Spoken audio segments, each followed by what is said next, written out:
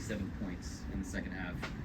Tell me about what you felt physically and just the connectedness of the group on that end of the floor. Second half, we just got like all of our switching and rotations down. First half, we just haven't played them and kind of like a team like them and how they play. So I feel like both teams were trying to figure each other out and they were doing a better job of it. But we got our steams into the game and just kind of like our like core principles. I feel like we kind of buckled down on that, and then from there it was just about competing and making the right play, keeping one shot. We did that. So I don't know how you measure the amount of high-level games you played in. I know you're 7 years in, but comparatively, like those guys over there, Marcus was saying, they forged between playoff losses. They forged this level of I don't know, experience to be able to be cool in these other games. But you came out with the first punch and almost wire to wire. Big and I guess like what is it about you that allows you to play like that from wire to wire in high-level games? I like to compete. I like the root of it all.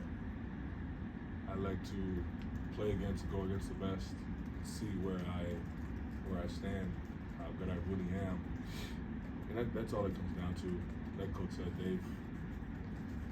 they've done things that we dreamt about doing, and there's no way to get there without playing teams and competing against teams like that. And that's what I wake up for. That's what I play the game for. That's what tonight was about. I guess to ask you, where do you stand? Pretty well. Yeah, I'm pretty good at basketball.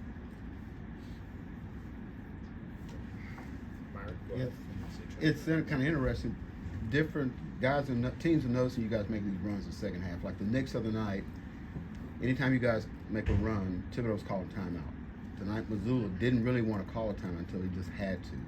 Can you tell, when you're on the court and you guys are making this run, can you tell they know it's coming? Are they reacting differently? Can you, when you're on these runs in the third quarter or fourth quarter, taking over a game? Honestly, I don't even know how to answer that question. Like when we're going on those runs, it just feels like we're out there by ourselves and we're just executing the game plan, sharing the ball offensively, being aggressive, and whether the ball's going in or not, it's a good feeling. But yeah, when those things are happening, like the other team is like the back of our minds. Like we're just worried about ourselves, what we're trying to get into the game. We're executing at a high level, and because of that, we're good offensively, and we're rolling. The energy's high, especially when we're at home.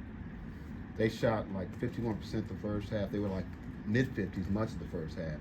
They finished 36. Was that just your defense picking up, or they missed shots? Which one was it? Defense for sure. They had a lot of easy stuff around the rim in the first half, and obviously they had some size. We, like Dub said, we figured out the switching, got more into contact with those, made them tougher shots. We shot a lot of threes. They always do, obviously, but yeah, we just tried to make their lives a little bit more difficult. We did so. Shai, do you notice any similarities of playing off of Al Horford in Oklahoma City and now Arkansas as kind of high post creators? Yeah, both very skilled. Both like can see the game. Obviously, Big Al has been in this league a long time, has a lot under his belt.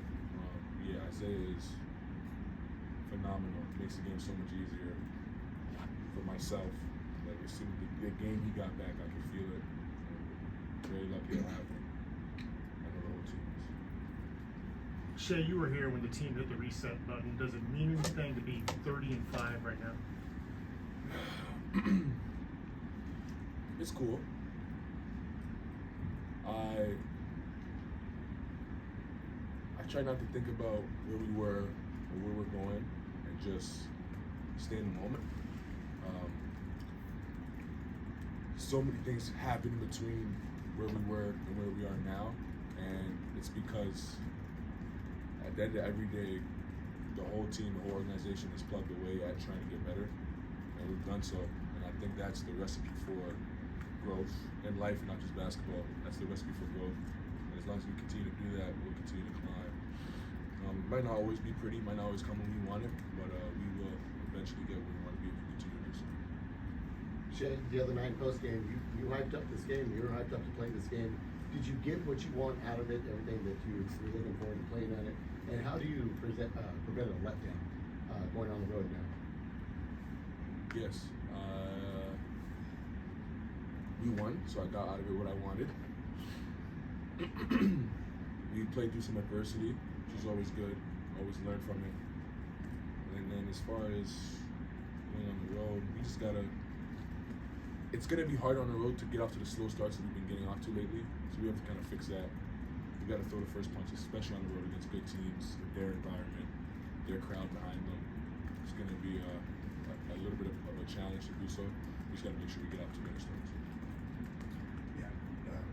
For either one of you, y'all talked about getting in those situations where you're in that zone where you feel like you're playing out there by yourself. But a lot of times you all are getting in those when you're down double digits, sometimes in the second half.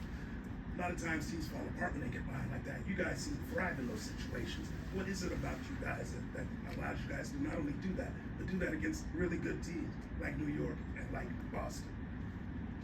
Playing with sense of urgency. I think we do a good job of like jumping back into like what makes us good.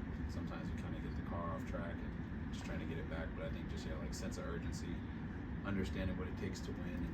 And as we've gotten older and we've been in a lot of those games, it's something where you just don't panic. Kind of follow up on that. You guys. Sorry, lost it. Go ahead, Michael. We'll go back to you. Shai, going back to like the early days playing with Lou in the bubble, that game 7, it's sort of like built this lore of him being like a big game player. Tonight he starts out 0 of 8, then turns around, goes 4 of 6, I think. Hits some major big shots down the stretch. How big is it to have a guy like by your side like that who you know is sort of just ready for the moment? Ever since Lou, I've known Lou to pick up a basketball. He's had this like unwavering confidence in his ability, and that's what we saw tonight. That's who he is, like to his core. Like Lou has always been a basketball player who he like takes what the defense gives him and he plays assertive and aggressively. Like not obviously defensive, but not only defensive, offensively as well. And we saw that like even when we were like more in the rebuilding stage, Lou's had like 25-point quarters because of that. Like Lou's had big games. Now he's kind of suppressed his offensive role with the team, but Lou is very capable, and he knows that, and his unwavering confidence allows him to have moments like that, have spurts like that, and that's what makes him. You guys talk about being a really good defensive team, and Marcus, and you're talking about you guys when you get below where you want to be, you do a good job of getting back on the track. It's easy to say you want to be a good defensive team, you want to get back on the track, but what's the key being out there to actually go out there and do it? We want to win, and the way I was taught to play basketball is to win, you must get stops. You get to stop the opponent when they stop you. That's where we hang our hat every night. 1 through 15, or however many it is, we know that defensively, we do that job, we give ourselves a chance no matter who we play. You guys are basketball junkies and you know the history of the game really well. You guys are kind of coming up on surpassing all those all-time great defenses. Does it feel like you guys are one of those teams that you used to watch? We know we're good defensively. Now comparing and trying to like see who's better, like we don't do that at all. We're worried about ourselves. We're worried about how we can be better in the first half tonight. Plugging away at it like that, like comparing, it's pointless for us. They did what they did in the past, and we're trying to do what we do in the present. Shai, just hearing you talk about the other night outside you play this game, tonight you mentioned those guys have done things you guys dream of. I wonder, is it possible to use a night like tonight as a measuring stick for the game, but also call these games like 1 82? Yeah, absolutely. Every game in the regular season, every time you step on the court, you get a chance to get better. You get a chance to compete, and that's what the game is about. So whoever's on the other end doesn't really like it adds motivation, obviously, but at the end of every night you get to compete and you get to get better and you get to see where you stand as a team, and that's what the opportunity has been for us throughout the season. That's how we look at it. Now, who you play against adds a little bit more to the game and all that, but at the root of it all, it's just competition and a chance for us to get better. And we played 82 games in the season, and hopefully we've gotten better 82 times, and then we're ready for the playoffs. Just along those lines, Shai and Jalen, how significant is this win when you look at just the way it played out? I mean, you got down by double digits, you fight back in the fourth quarter, you're up, you go on this huge run, and then you knock off the champ the way you did. How significant is this win when you really look at it like that? It's not that significant in the grand scheme of things. It's one game. Now, we got better tonight, and that's what we're after every day. So it's significant in that way, but it doesn't hold any weight. The game's over. We'll learn our lessons.